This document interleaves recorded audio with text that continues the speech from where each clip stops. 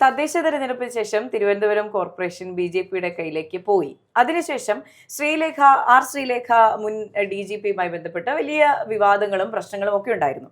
അതിനുശേഷം അവർ നടത്തിയൊരു പരാമർശമുണ്ട്. എന്നെ മേയറാക്കാമെന്ന് പറഞ്ഞ് പറ്റിച്ച് എന്നെ തെരഞ്ഞെടുപ്പിന് നിർത്തിയ ശേഷം എന്നെ BJP നേതാക്കൾ പറ്റിച്ചു എന്നുള്ളത്.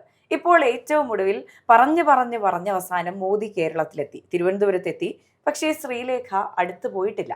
ശ്രീലേഖ മാഡം അടുത്തു പോകാതെ മാറി നിൽക്കുന്നതും ഇറങ്ങാൻ നേരത്ത് പോലും ഒന്ന് അടുത്തു പോകാത്തതുമായ കാഴ്ചയാണ് കാണുന്നത്. തികച്ചും അതൃപ്തി തന്നെയല്ലേ രേഖപ്പെടുത്തുന്നത്? 2-4 ദിനം കൊണ്ട് ഒരുത്തനെ ദണ്ടിലേറ്റി നടത്തുന്നതും ഭവാൻ, മാളിക മുകളേറിയ മന്നന്റെ തോളിൽ മാറാപ്പ് കയറ്റുന്നതും ഭവാൻ. എന്തൊക്കെയായിരുന്നു? റിട്ടയർഡ് IPS, ആദ്യ DGP-ആയ മേയർ, കേരളത്തിലെ ആദ്യത്തെ വനിതാ DGP തലസ്ഥാനത്തിന്റെ മേയറാവുന്നു. ആർ ശ്രീലേഖ IPS എന്ന് പോസ്റ്റ് അടിക്കുന്നു. പിന്നീട് കരിയോയിൽ കൊണ്ട് IPS വായിക്കുന്നു. മേയർ സ്ഥാനം കിട്ടിയില്ല. അതിന്റെ ഫ്രസ്ട്രേഷനിൽ വട്ടിയൂർക്കാവ് MLA അവിടെ നിന്ന് ഒഴിവാക്കുന്നു. അത് ജയിച്ചു. പിന്നെ പറയുന്നത് വട്ടിയൂർക്കാവിൽ സ്ഥാനാർത്ഥിയാകുമെന്ന്. ഇപ്പോൾ പറയുന്നത് വട്ടിയൂർക്കാവിൽ സ്ഥാനാർത്ഥി അല്ലെന്ന്. ചുരുക്കാൻ പറഞ്ഞാൽ ആരായിരുന്നു ശ്രീലേഖ? അല്ല, സത്യല്ലേ, ആരായിരുന്നു അവര്? എന്ത് പവർ ഉണ്ടായിരുന്ന ഒരു വ്യക്തിയായിരുന്നു. കേരളത്തിലെ പോലീസിനെ നിയന്ത്രിച്ചിരുന്ന ഒരു സ്ത്രീ ശക്തി. സ്പിരിച്വലി അല്ലെങ്കിൽ പിന്നെ സാംസ്കാരികപരമായി, കലാപരമായി ഒക്കെ എല്ലാ മേഖലയിലും നിറഞ്ഞു നിന്നൊരു വ്യക്തിത്വമാണ്. ഒന്നും അല്ലാതാക്കി കളഞ്ഞില്ലേ. ഇത് ഈ പറയപ്പെടുന്ന ശ്രീലേഖ IPSന് മാത്രമാണോ? BJPയിലേക്ക് പോയ ബാക്കിയുള്ളവരൊക്കെ എവിടെന്നേ? ഇപ്പം നമ്മൾ പറയാം മേജർ രവി, പുള്ളി ഇടിച്ചിടിച്ചെല്ലായിടത്ത് നിൽക്കുന്ന ഒരാളാണ്. അതുകൊണ്ട് പുള്ളി അവിടെ ഇവിടേക്ക് ഉണ്ട്. രാജസേനൻ എന്ന് പറഞ്ഞൊരു കക്ഷിയുണ്ടായിരുന്നു, അറിയാമോ? മലയാളത്തിലെ നമ്മുടെയൊക്കെ ചെറുപ്പം, എൻ്റെയൊക്കെ കുഞ്ഞുനാളിലെ നമ്മളെയൊക്കെ വിസ്മയിപ്പിച്ച സംവിധായകൻ. ആ മനുഷ്യൻ BJP പോയിട്ട് എന്തായി? ദേവൻ. പിന്നെ പുള്ളി ഇങ്ങനെ അവിടെ ഇവിടെയൊക്കെ ഉണ്ട്. പിന്നെ മറ്റേ വേറൊരു കക്ഷി ഉണ്ടായിരുന്നു, പരമഹംസനും. മറ്റേ പുഴ മുതൽ പുഴ വരെയൊക്കെ എടുത്ത ഒരു കക്ഷി. ഇസ്ലാം മതത്തിൽ നിന്ന് ഹൈന്ദവ മതത്തിലേക്ക് പോയിട്ട് BJP കരച്ചിട്ട് വിളിച്ച് പുറത്തു പോയ കക്ഷി.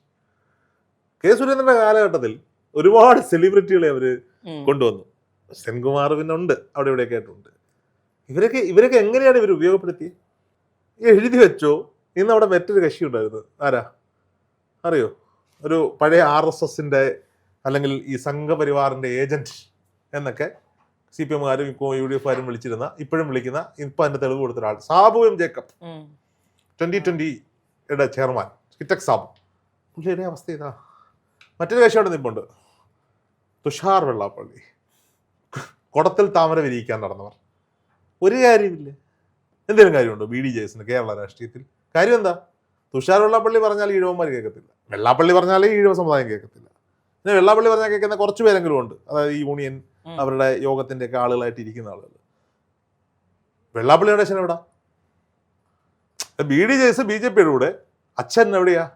അദ്ദേഹത്തിന്റെ കാറിലൊക്കെ കയറി, ആരുടെ കാരണഭൂതന്റെ കാറിലൊക്കെ കയറി കറങ്ങി നടന്ന് CPMന് പ്രീണനമൊക്കെ ചെയ്ത് നടക്കുക.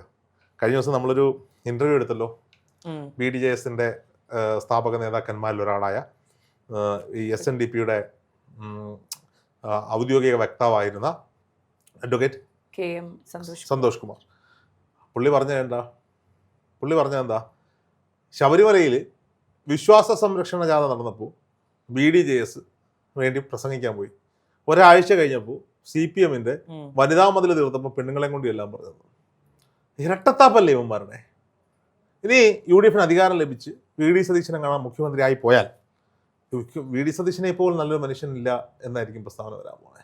ഞാനിങ്ങനെ ഒന്നും പറഞ്ഞിട്ടില്ല എന്നായിരിക്കും പ്രസ്താവന. ആ മനുഷ്യൻ CPMനൊപ്പമാണ്. ആര്? വെള്ളാപ്പള്ളി മനുഷ്യൻ. അയാളുടെ മകൻ എന്താ മോദിക്കൊപ്പം വേദി പങ്കിട്ടത് BDJSന്റെ ചെയർമാനായിട്ട്. എന്ത് രാഷ്ട്രീയ പാപ്പരത്വം! 2 വള്ളത്തിൽ കാല് കുത്തി പോവാണ്. ആ മനുഷ്യന്റെ അവസ്ഥ കുറച്ചാൾ കഴിയുമ്പോൾ ഇങ്ങനെയൊക്കെ തന്നെ. ഇപ്പൊ BJPയിലേക്ക് ചേക്കേറിയ സെലിബ്രിറ്റികൾ, പത്മജ വേണുഗോപാൽ ഡൽഹി ഗവർണർ കുപ്പായൊക്കെ തയ്ച്ചായിരുന്നു, എവിടെ പോയി? അങ്ങനെ എത്ര പേരാണ്, എത്ര പേരാ. ഇപ്പോൾ ഞാൻ പറഞ്ഞ PC ജോർജും മകൻ ഷോൺ ജോർജും. അതിൽ PC ജോർജ് അവിടെ എവിടെയെങ്കിലൊക്കെ പരിപാടി ഉണ്ടെങ്കിൽ പ്രസംഗിക്കാനൊക്കെ ചെല്ലുന്നു, കറങ്ങി നടക്കുന്നു എന്നല്ലാണ്ട്. പിന്നെ ഷോൺ പിന്നെ ഒരു മുഴുവൻ സമയ രാഷ്ട്രീയ പ്രവർത്തകനായതുകൊണ്ട് ഇടിച്ചിടിച്ച് അവരുടെ കൂട്ടത്തിൽ നിൽക്കുകയാണ്. ചെറുപ്പക്കാരനാണ്, ഷോണിന് ജനപ്രതിനിധിയായിരുന്നു, അത്യാവശ്യം ആളെ കൂട്ടാനുള്ള കപ്പാസിറ്റി ഉള്ളതുകൊണ്ട് അവർ കൂടെ നിർത്തിയിട്ടുണ്ട്. അല്ലാതെ ഈ സിനിമാക്കാരൻ്റെ IPS മേലം കീഴിട്ട് ഇറങ്ങിച്ചെന്ന് 10 പേരെ കൂട്ടാനില്ലാത്ത ഇവനെയൊക്കെ ആരംഗീകരിക്കാനേ? ഇതാണ് BJPയുടെ നയം. ഇതാണ് BJPയുടെ നയം. ഞാൻ തമാശ പറഞ്ഞതല്ല. ആർ ശ്രീലേഖ IPSനെ പോലെ മേഡത്തെ പോലെ ഒരാള് ആരെങ്കിലും ചേച്ചി ഇത്തിരി പോലും വാന്നേ, പ്രധാനമന്ത്രി വന്നിരിക്കുന്നു, കയ്യിൽ കൊടുത്തിട്ട് പോ എന്ന് പറഞ്ഞാൽ വന്നെ. പാപം അവിടെ നിന്നിട്ട് ഒരു സൈഡിൽ നിന്ന് ഫാൻ അടിച്ച് കയറുന്നു, മുടിയൊക്കെ പറക്കുന്നുണ്ട്. അങ്ങോട്ട് പോകണോ ഇങ്ങോട്ട് പോകണോ, ഈ വേദിയിൽ നിന്ന് എങ്ങനെ പുറത്തിയാടും? കാരണം അതീവ സുരക്ഷയില്ല. പുള്ളിക്കാർക്ക് ഈ സുരക്ഷാ സംവിധാനങ്ങളെ കുറിച്ച് അറിയാലോ. അതിൽ തോന്നുന്ന പോലെ ഇറങ്ങിപ്പോരാനോ തോന്നുന്ന പോലെ കയറി വരാനോ പറ്റില്ല. കാരണം ഇന്ത്യയുടെ പ്രധാനമന്ത്രിയാണ് വന്നിരിക്കുന്നത്. ഇതിന് മറ്റൊരു സംഭവം ഉണ്ടായിരുന്നു. നമ്മൾ പ്രധാനമന്ത്രി മോൻ പുള്ളിക്ക് കളി അറിയാം. ആശാജിനാഥ് കാല് തൊട്ട് തൊടാൻ തുടങ്ങുന്നു, പിടിച്ചെഴുന്നേൽപ്പിക്കുന്നു, പുള്ളിക്കാരിയുടെ കാലിൽ അങ്ങ് വീണു. VV രാജേഷ് കാല് തൊട്ട് തുടങ്ങുന്നു, കെട്ടി അങ്ങ് പിടിച്ച മുതുകത്ത് പട്ട എന്ന 10 ഇടി. പക്ഷെ ഒരു കാര്യത്തിൽ എനിക്ക് ഇന്നത്തെ പരിപാടിയിൽ റെസ്പെക്ട് തോന്നി. VV രാജേഷിന്റെ പ്രസംഗം ഇംഗ്ലീഷിൽ വളരെ മനോഹരമായി അദ്ദേഹം പ്രസംഗിച്ചു. ഇംഗ്ലീഷിലും മലയാളം ഒരുപോലെ കൈകാര്യം ചെയ്തു. അധികാര സ്ഥാനത്ത് എല്ലാവരെ കൊണ്ടും പറ്റില്ല, അല്ലെങ്കിൽ അറിയാത്ത പണി ചെയ്യാൻ പോരുത്. VV രാജേഷിന് പറ്റുന്നത് കൊണ്ട് അത് കൃത്യമായി ചെയ്തു. 5 കൊല്ലം മുമ്പെങ്ങാണ്ട് മേയറൂട്ടി പ്രധാനമന്ത്രി സഞ്ചരിച്ചപ്പോൾ ഒരു വണ്ടി ഓവർടേക്ക് ചെയ്ത് പോയായിരുന്നു. അതുകൊണ്ട് VV രാജേഷിന് അങ്ങോട്ട് പോകാൻ പറ്റില്ല. മേയറുടെ പേര് വെട്ടി. BJPയുടെ ആണെന്ന് പറഞ്ഞിട്ടും പറഞ്ഞു ആരായാലും വരണ്ടെന്ന് പറഞ്ഞു. കാരണം ആ സംവിധാനം വേറെയാണല്ലോ. ആശാജിനാഥിനെ മുന്നിൽ നിർത്തുന്നു. ആശാജിനാഥിനെ മുന്നിൽ നിർത്തുമ്പോൾ കാലോട്ട് എഴുതി എന്താ? BJPയുടെ ഇത്രയും നാളത്തെ കൗൺസിലർ ആയതുകൊണ്ടല്ല. മനസ്സിലാക്കണം, അവിടെ ഒരു രാഷ്ട്രീയമുണ്ട്. അവിടെയും ഒരു രാഷ്ട്രീയം BJPയുടെ കയ്യിലുണ്ട്. അതായത് സംവരണ മണ്ഡലത്തിൽ നിന്ന് ജയിച്ചു വന്ന ആളാണ് ആശാജിനാഥ്. ആശാജിനാഥിനെ കൊണ്ടുവന്ന് മുന്നിൽ നിർത്തുകയാണ്. അപ്പോൾ സ്വാഭാവികം BJP എല്ലാവരെയും ചേർത്ത് നിർത്തുന്ന രാഷ്ട്രീയ പാർട്ടിയാണെന്ന ബോധ്യം പുറം ലോകത്തിന് എത്തിച്ചു കൊടുക്കാണ്. കണ്ട മുള്ളും ഉരുക്ക് മാഞ്ചാതി എല്ലാത്തിനെയും ഇപ്പോൾ വിളിച്ച് കയറ്റുന്നുണ്ട് NDAയിലേക്ക്. JSSനെ വിളിച്ചിട്ടുണ്ട്, JSSന് മെമ്പർഷിപ്പ് കൊടുത്തിട്ടുണ്ട്. കഴിഞ്ഞ ദിവസം ഷോൺ ജോർജുമായിട്ട് ഞാൻ സംസാരിച്ചു. ഷോൺ ജോർജ് 86 സീറ്റുകളിൽ NDA ത്രികോണ മത്സരത്തിനാണ് കൊളവൊരുക്കുന്നത്. 86 എണ്ണത്തിലാണ് അവർ വിജയസാധ്യത കാണുന്നത്. 86 എണ്ണത്തിൽ കാണുമ്പോൾ ഒരു 45 വരെ മനസ്സിൽ കാണത്തില്ലേ സ്വാഭാവികമായിട്ടും. അവരെന്തൊക്കെയോ ഒരുങ്ങി വെച്ചിരിക്കുന്നു, നടക്കാൻ പോകുന്നില്ല. എങ്കിൽ പോലും അവരെ സംബന്ധിച്ചിടത്തോളം ഒന്നുമില്ലായ്മയിൽ നിന്ന് ഒരുപാട് പേർ കഷ്ടപ്പെട്ടു പോയൊരു പ്രസ്ഥാനം, ഒരുപാട് പേർ കഷ്ടപ്പെട്ട് പല കളികൾ കളിച്ച് കൊണ്ടുവരാൻ ശ്രമിച്ചൊരു പ്രസ്ഥാനം. അതിപ്പോൾ തിരുവനന്തപുരം കോർപ്പറേഷൻ്റെ ഭരണം പിടിച്ചിരിക്കുന്നു. അവർക്കൊരു MP ഉണ്ട്, രാജ്യം അവർ ഭരിക്കുന്നു, അവരതിൽ സന്തുഷ്ടരാണ്. അതിനുവേണ്ടി എന്തൊക്കെ അജണ്ടകൾ അവർ നടപ്പിലാക്കുന്നു. സോഷ്യൽ മീഡിയ സംവിധാനങ്ങളെ ഹൈജാക്ക് ചെയ്യുന്നു, മാധ്യമങ്ങളിൽ കൃത്യമായി പണം പമ്പ് ചെയ്യുന്നു, മാധ്യമം അവർ കൃത്യമായി ഓപ്പറേറ്റ് ചെയ്യുന്നു. കോൺഗ്രസിനുണ്ടല്ലോ ഒരു പാർട്ടി, ഒരു പത്രം, ഒരു ചാനൽ. ഇടയ്ക്ക് വെച്ചൊരു ആശ്വാസം കണ്ടായിരുന്നു. ഈ ചാനൽ മൈക്കുകൾ, ഇപ്പം നേഷൻ ഫസ്റ്റിൻ്റെ മൈക്ക് പോലും വൃത്തിയുള്ളൊരു മൈക്കാണെന്നാണ് ഞാൻ വിശ്വസിക്കുന്നത്. ഒരുപാട് ചാനൽ മൈക്ക് വരുമ്പോൾ ഇപ്പോഴും ജയ്ഹിന്ദിൻ്റെ ഒരു മൈക്ക് വരുമായിരുന്നു, ഒരു വെള്ള ഫൈബറുള്ള ഒരു സാധനത്തിൽ ജയ്ഹിന്ദ് എന്നൊട്ടിച്ച് കീറിയൊരു മൈക്ക് എല്ലായിടത്തും. ഇപ്പോൾ കുറച്ചു കാലം കൊണ്ട് പുതിയൊരു മൈക്കടി വന്നു, നല്ല മനോഹരമായ ഒരു മൈക്കടി. കഴിഞ്ഞ ദിവസം ഞാൻ നോക്കുമ്പോൾ ഈ മൈക്കടിക്കകത്തൊരു റബ്ബർ ബാൻഡ് ഇട്ടിട്ട് ഇതുപോലൊരു മൈക്ക് മേളിൽ വെച്ചിട്ട് ഇങ്ങനെ ഇരിക്കുന്നത്. സാറ്റലൈറ്റ് ചാനലാണ്, പറയാതിരിക്കാൻ വയ്യ. നാണക്കേടാണ് ജയ്ഹിന്ദിൻ്റെ മാനേജ്മെൻറ്റിനോടാ. എവിടെയാണെന്ന് ഞാൻ ഓർക്കുന്നില്ല, പലയിടങ്ങളിലും അങ്ങനെയൊക്കെ തന്നെയാണ്. സംവിധാനങ്ങൾ വേണം, നാണക്കേടാ. ഇതിനൊക്കെ ബദലായിട്ടൊരു സാധനം വരുന്നുണ്ട്. റെഡ്ഡീസ് ഗ്രൂപ്പിൽ നിന്നൊരു സാധനം വരുന്നുണ്ട്. 600 കോടി എങ്ങാണ്ട ഇൻവെസ്റ്റ്മെന്റ് കോൺഗ്രസിന് വേണ്ടിയുള്ള പണിയാന്നാ പറയുന്നത്. പോയില്ലേ എല്ലാ മാധ്യമ പ്രവർത്തകരും ഒഴുകി പൊക്കോണ്ടിരിക്കുകയല്ലേ. എങ്ങോട്ടാ? ബിഗ് ടിവിയിലേക്ക് പൊക്കോണ്ടിരിക്കുകയാണ്. അതുകൊണ്ട് മോദി വരുന്നത് എപ്പോഴും BJPക്ക് ഭയങ്കര കരുത്താണ്.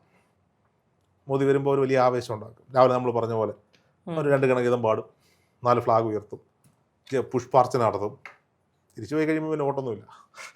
ഇന്നാളും വന്നിട്ട് തിരുവനന്തപുരത്ത് എറണാകുളത്തൊക്കെ വലിയ ഷോ കാണിച്ചായിരുന്നു.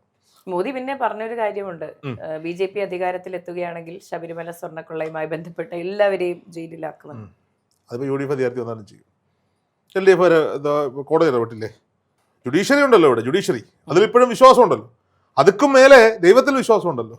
10 കൊല്ലം മുമ്പ് എഴുതി വെച്ചില്ല ഇതേ പ്രശ്നത്തിൽ അകത്തു പോകുന്നത്. നീയൊക്കെ വിശ്വസിക്കാതിരിക്കാൻ പറ്റുമോ? ഇതൊക്കെ ആ സാഹചര്യത്തിലൂടെയാണ് പോകുന്നത്. അതുപോട്ടെ, സാബും ചെക്കപ്പിനെയൊക്കെ വലിയ കൊണ്ടു നടക്കുന്നുണ്ട്. സാബും ചെക്കപ്പ് കൊണ്ടു നടന്നപ്പോൾ എനിക്ക് തോന്നുന്നത് പുള്ളിക്കാരൻ മറ്റേ ഇങ്ങനെ തുമ്മാനെ കാണിങ്ങനെ തിരിഞ്ഞപ്പോൾ ആർ ശ്രീലേഖ IPS. അപ്പോൾ പുള്ളിക്കാരൻ അവിടെ തന്നെ പറഞ്ഞു, പഴുത്തല വീഴുമ്പോൾ പച്ചല ചിരിക്കും, നാളെ നീയും പഴുക്കും. ഹാ കഷ്ടമേ, അധികതുംഗപഥത്തിൽ എത്ര ശോഭിച്ചിരുന്നു നീ രാജ്ഞി കണക്കിന് എന്നേ പറയാനുള്ളൂ.